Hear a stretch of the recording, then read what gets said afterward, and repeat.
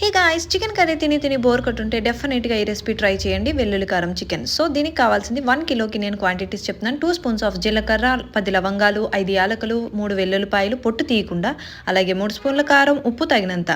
ఇది మెత్తని పేస్ట్లా కాకుండా 5 to 6 పల్సెస్ ఇవ్వండి చాలు. సో ఇక్కడ పాన్ తీసుకొని దానిలో కొంచెం ఆయిల్ వేసుకొని 5 to 6 ఆనియన్స్ కట్ చేసి పెట్టుకున్నాను.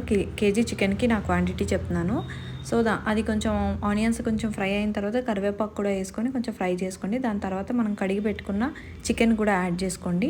దీన్ని కూడా బాగా ఫ్రై చేసి సిమ్లో పెట్టి మూత పెట్టి వాటర్ అంతా పోయి ఆయిల్ సెపరేట్ అవుతున్న టైంలో మనం వెల్లుల్లి కారం రెడీ చేసి పెట్టుకున్నాం కదా, సో అది ఇందులో యాడ్ చేసుకోవాలి.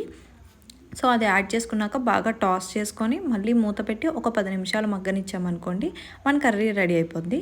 లాస్ట్లో మనం కొత్తిమీరతో గార్నిష్ చేసుకుంటే ఇంకా బాగుంటుంది. ఈ రెసిపీని మీరు కూడా ట్రై చేసి టేస్ట్ ఎలా వచ్చిందనేది కింద కమెంట్ బాక్స్లో కమెంట్ చేయండి. బాయ్.